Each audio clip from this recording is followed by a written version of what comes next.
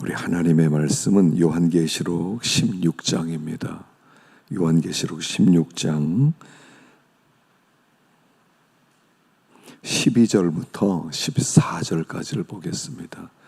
요한계시록 16장 12절부터 14절까지입니다.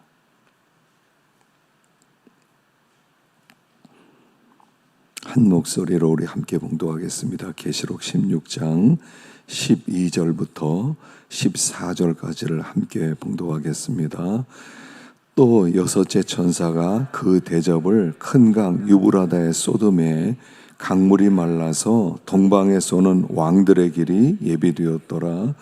또 내가 보매 개구리 같은 새 더러운 영이 용의 입과 짐승의 입과 거짓 선자의 입에서 나오니 그들은 귀신의 영이라.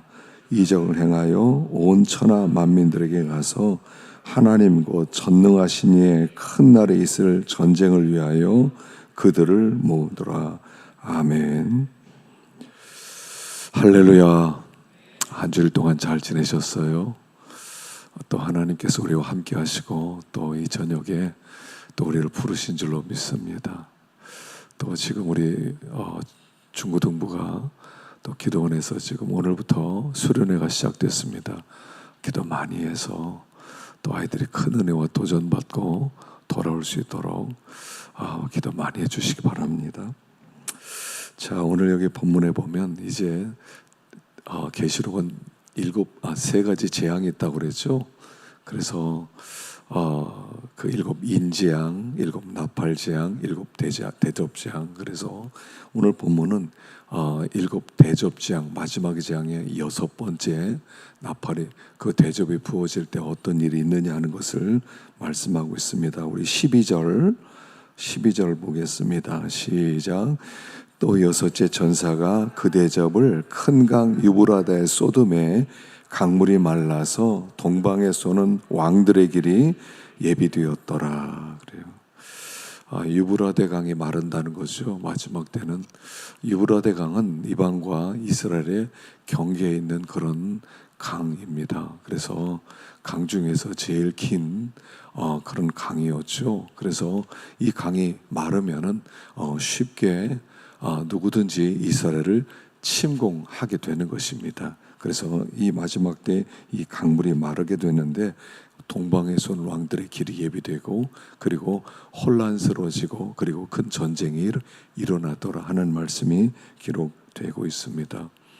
영적으로 보면 유브라데강은 세상과 교회의 경계선을 의미하는 겁니다. 세상과 교회는 큰 경계선이 있어요. 그래서 세상이 교회를 함부로 들어오지 못하고 또 교회가 교회됨을 지키는 그런 강이다 하는 거죠. 그래서 이 강이 마르게 될 때 교회와 세상의 차이가 없어지는 거예요.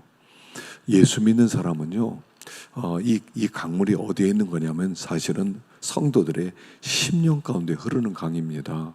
예수를 믿으면 하나님께서 우리를 부르시고 우리 안에 은혜 강물이 흘러요.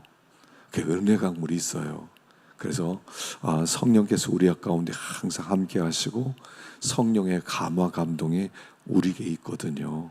우리에게 있어서 이제 성령께서 우리와 함께 하시고 우리를 감동시키는 것이 생수의 강이에요. 나를 믿는 자는 그 배에서 생수의 강이 흘러넘치리라 그랬거든요. 그래서 주님을 믿는 자의 심령에는 생수의 강이 흐르는 거예요. 그래서 항상 그 은혜가 넘치기도 했어요. 믿는 사람과 안 믿는 사람은 이게 달라요. 안 믿는 사람은 굉장히 이렇게 메마른 삶을 살지만 성도들의 삶은 이렇게 채워지는 풍성한 삶을 살아가거든요. 항상 은혜 강물이 흘러야 돼요. 누구를 만난다라더라도 우리가 은혜로 그를 대우할 수가 있고 어떤 사람을 대할 때도 항상 은혜로 대하는 거예요.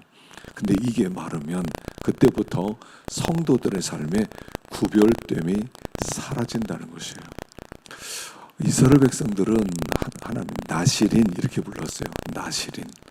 나시린은 이렇게 구별되었다 이런 뜻이죠. 그래서 포도주와 독주를 마시지 마라. 그리고 부정한 것 만지지 마라. 그리고 삭도를 대지 마라. 그래서 이 나시린의 규례는 한마디로 얘기하면 너희는 거룩한 자다. 너희는 구별된 자다. 너희는 하나님께 드려진 자다. 그래서 이 세상의 쾌락이나 이 세상의 즐거움에 빠지지 마라. 이 세상적인 부정한 것 만들어서 하나님을 불쾌하게 해드리고 하나님과의 관계가 깨지지 않게 해라. 또 삭도를 대지 말라는 것은 너희들은 하나님의 통치와 다스림 안에 있는 사람이다. 하나님이 너희를 온전히 다스리고 너희는 그 앞에 순종하는 자가 되라. 이게 나시린의 규례거든요. 한마디로 믿는 사람은 거룩한 백성이라는 거예요. 하나님의 거룩한 백성. 그래서 성도의 마음 가운데는 구별의식이 있어요. 구별의식. 되는 대로 사는 게 아닙니다. 그냥 교회만 나오는데 세상에서는 마음대로 사는 게 아닙니다. 구별이 있어야 돼요. 할 수 있는 것과 할 수 없는 것을 구별해야 돼. 시간도 구별해야 돼. 안식일, 주일날은 참 거룩한 날이에요. 주일날은 할 수 없는 일들이 있어야 돼요. 모든 날이 똑같다. 예배만 드리면 된다. 그리고 대충 살면 된다. 이런 거 아니고요. 우리 안에 거룩이 있어야 돼요. 구별이 있어야 돼요. 그래서 할 수 있는 것과 할 수 없는 것, 내 것과 하나님 것 다 구별해서 살아가야 되는 거예요. 근데 마지막 때는 유브라데강이 말라요. 10년 가운데 은혜 강물이 마르니까 구별되게 살지를 못하더라는 거예요. 구별되게.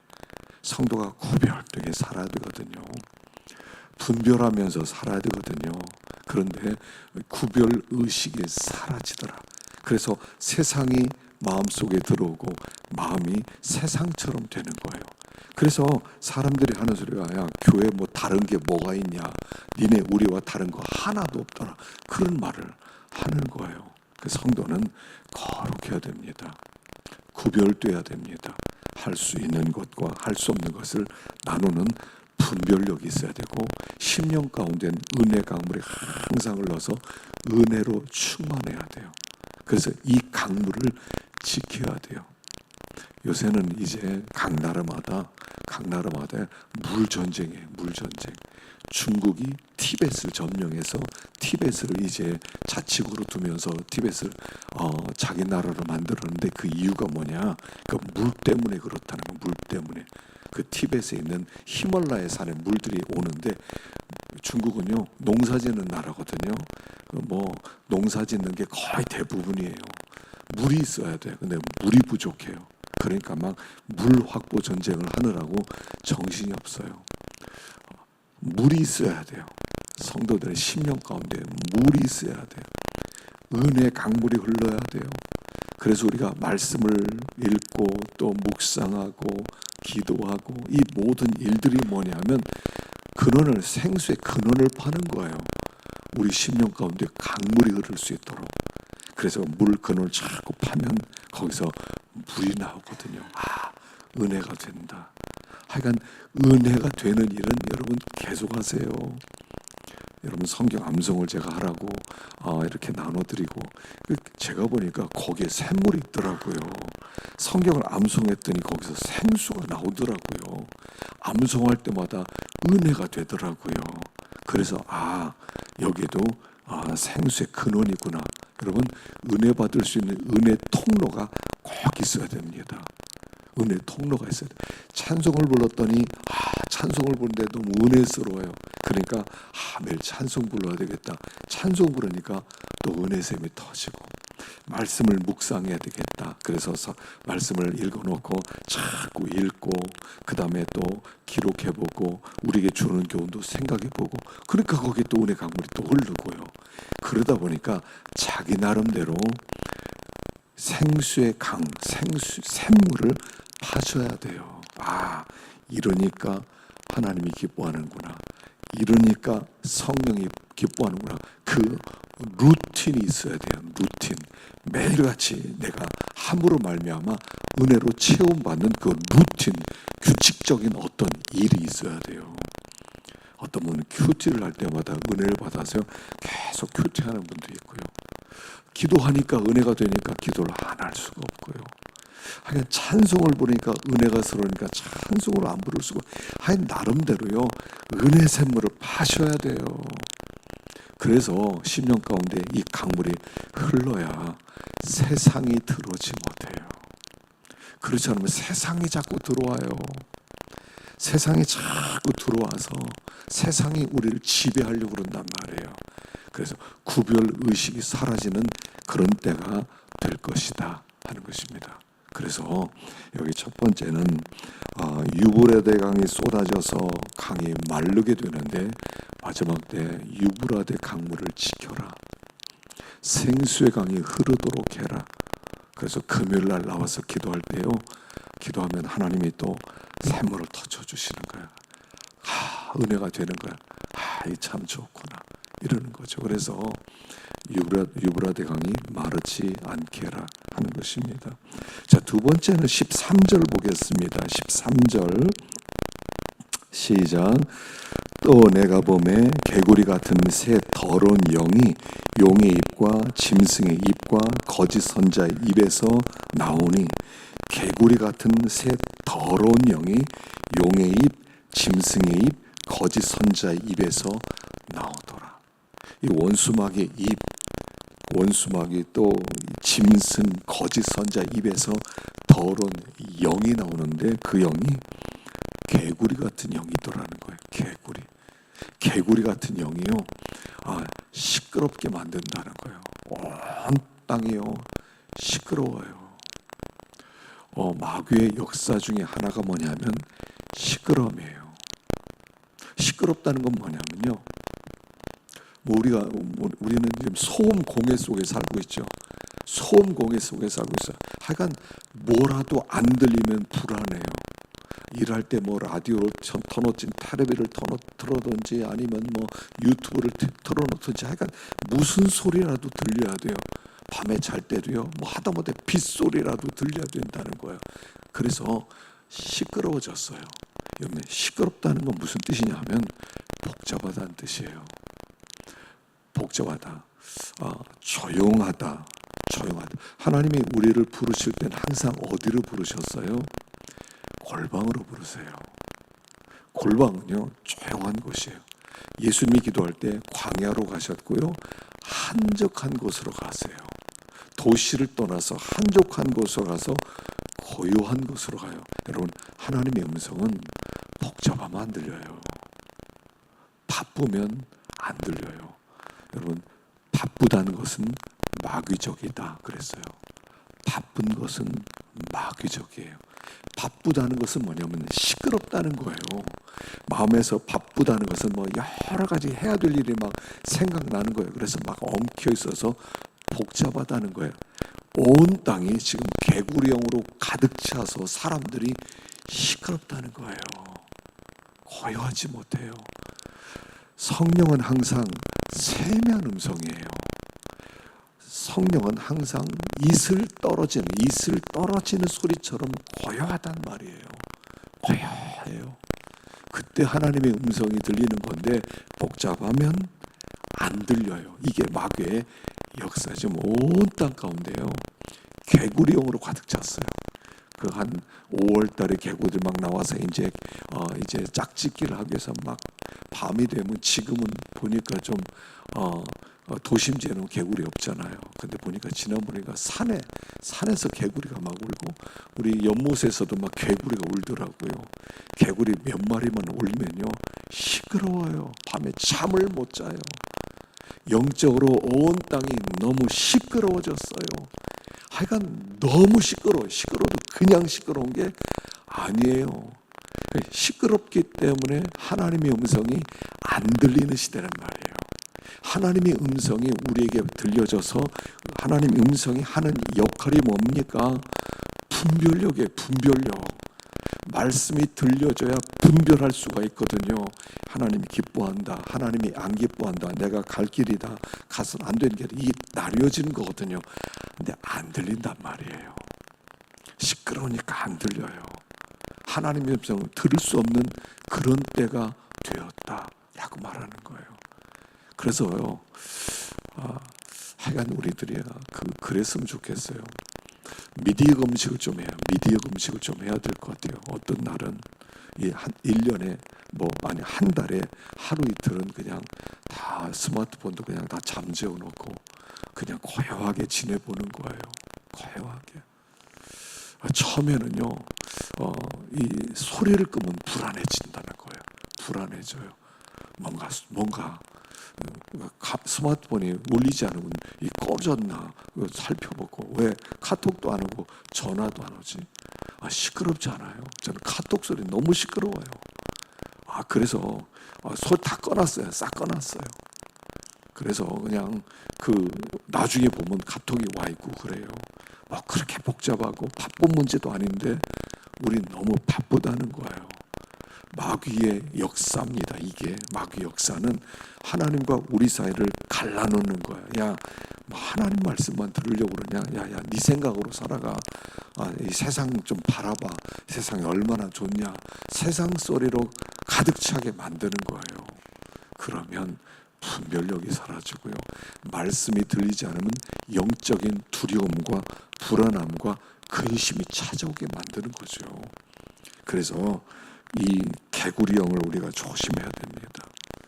개구리형. 그래서 세상 소리가 막 들어오는 것보다 하나님의 말씀. 그래서 말씀 암송을 꾸준히 하세요.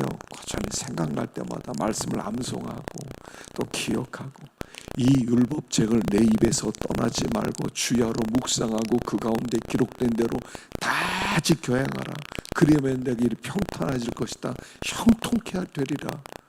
하여간 말씀이 들려져야 돼. 말씀이 세상도 정욕도 지나가되 오직 하나님의 뜻을 행하는 자는 영원히 거하느니라. 말씀이에요. 말씀. 하여간 우리가 하나님의 말씀을요 자꾸 들어야 돼요. 자꾸 들어야 돼요. 하여간 말씀 듣는 게 복이에요. 우리가 지금 맺힌 성경을 이렇게 예레미야를 하고 있어요. 제가 예레미야를 하면서 참 문외되는 게 뭐냐면, 첫째는 진짜 선지자는 결국 죽임을 당한다는 거 같고요. 또 한 가지는 그 당시에 망하기 전에 유다 백성들이 하나님의 말씀을 듣질 않았다는 거예요. 너 입 다물어. 그 말씀을 전하지 못하겠다는 거예요. 그냥 평강만 선포라니. 평강만 선포해요. 평안하다. 그것만 선포하는 거예요. 하나님의 말씀을 안 들으려고 그래요. 그래서 결국 망한데, 가만히 보니까 우리 시대가 그 시대더라고요. 우리 시대는요, 예배시가 안 나와버려. 듣기 싫으니까 안 나와버려요. 다른 게 뭐였어요? 유다 백성들은 할 수 없이 나오긴 나오는데 거기서 듣기 싫어하고, 입 다물어. 쓸데없는 소리 하지 마. 좋은 소리 좀 해. 음악 소리 좀 해. 음악이나 해. 이렇게 얘기를 하고 말 못하게 한거나 아예 안 들어.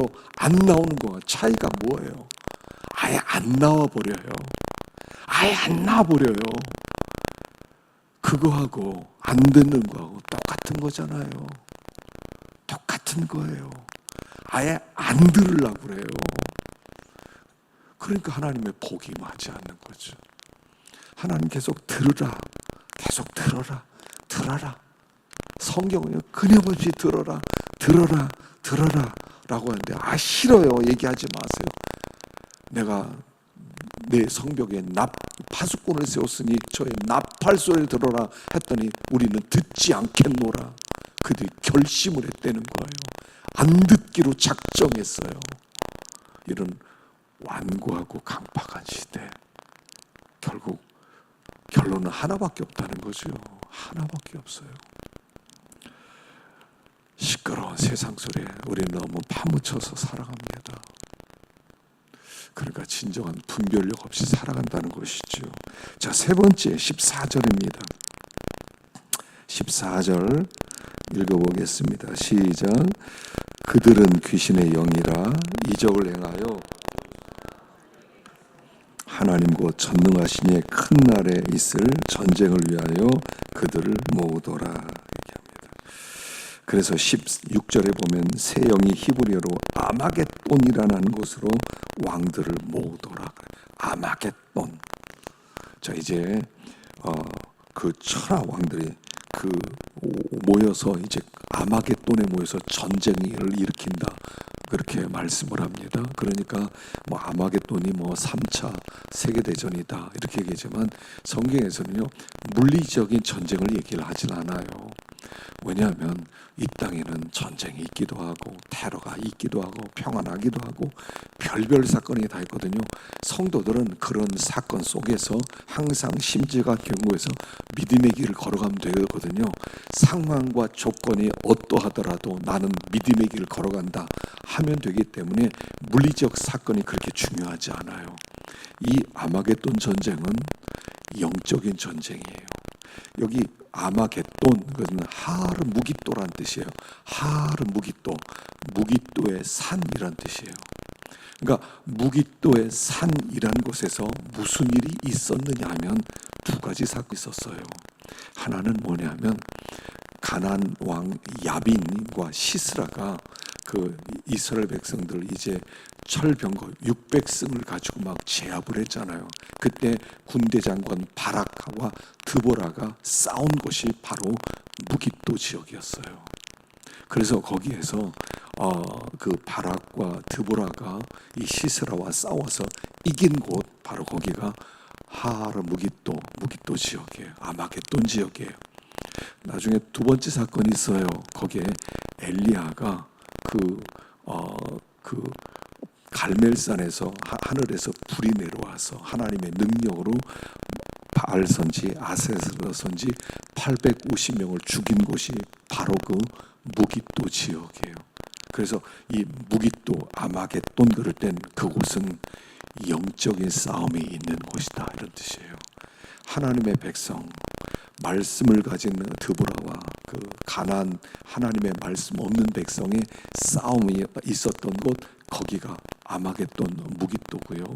그 다음에 엘리야가 하나님만 섬긴다는 것과 혼합주의 바알신 섬기는 사람과 싸웠던 곳이 무기또예요. 그래서 무기또 아마겟돈 전쟁이란 무슨 뜻이냐면 그곳은 영적인 전쟁이 있는 곳인데 거기는 진리 전쟁을 하는 곳, 거기가 아마겟돈이다 이런 뜻이에요. 마지막 때는요 진리 전쟁이에요. 여러분 진리 전쟁이라는 건 무슨 뜻이냐면 순종하는 전쟁이라는 거예요. 예수님이 광야에 가서 거기서 그 마귀에게 시험을 받습니다. 시험을 받는데 말씀으로 이기세요. 말씀으로 이기세요. 이 전쟁이 아마겟돈 전쟁이에요. 자, 마귀가 우리에게 찾아오고 역사하는 것은 뭐냐면요, 진리 내놔, 뭐 순종 이런 거 내놔. 네 마음대로 살아가. 너 하고 싶은 대로 살아가. 너 뭐 그렇게 하나님 앞에 복종하고 살아가냐? 뭐 그렇게 말씀대로 살아가냐? 야, 그럴 필요 없어. 네 마음대로 살아가. 인생 한 번인데 마음껏 한번 네 꿈을 펼쳐보고 뜻을 펼쳐봐. 이렇게 요구하고 우리는 하나님의 사람이야, 진리의 사람이야. 난 말씀을 순종할 거야. 네가 뭐라고 해도 나는 말씀을 붙들어서 난 믿음으로 살 거야. 그렇게 우리는 나가는 거야. 야, 돌로 떡 만들어 먹어라. 아니, 나는 사람이 떡으로 사는 게 아니라 하나님의 입에서 나는 말씀으로 살지. 너 나한테 한 번만 절해 다 줄게. 아니, 하나님만 경배하라고 그랬어. 나는 그렇게 못해. 진리 전쟁이에요, 이게. 진리 전쟁은 한마디로 순종 전쟁이란 말이에요. 순종할 수 있느냐 이거예요. 하나님은 순종하라. 마귀는 그럴 필요 없다. 네 마음대로 살아가도 행복할 수 있다 이거예요. 항상 우리는 말씀을 붙들고 나는 순종하는 믿음의 길을 걸어갑니다. 마귀는 꼭 그럴 필요 없어 하고 여러 가지로 시험을 합니다. 그 전쟁터를 아마겟돈 전쟁 이렇게 얘기하는 거예요. 그래서 아마겟돈 전쟁은 가정에서 일어나고요, 직장에서 일어나고요, 친구들 사이에도 일어날 수 있고요, 곳곳에서 일어날 수 있다는 거예요. 진리 전쟁은 순종 전쟁이란 말이에요. 그래서 이 마지막 때는 말씀을 붙들어야 돼요. 하여간 성도는요 다른 거 없습니다. 여러분 다른 거 많이 몰라도 돼요. 말씀 하나를 붙들고 이 말씀 하나를 순종해드리고 믿음으로 살고 하나님 마음에 꼭 맞는 내가 되었으면 좋겠습니다. 하나님 마음에 합한 다윗처럼 하나님 마음에 합한 사람이 되면 좋겠습니다. 이렇게 나가는 거예요. 그게 아마겟돈 전쟁에서 승리하는 비결이 있다 하는 거예요. 그 우리가요, 자꾸 막 말씀을, 여러분 교회는요 다른 거 없어요. 다른 프로그램도 없어요.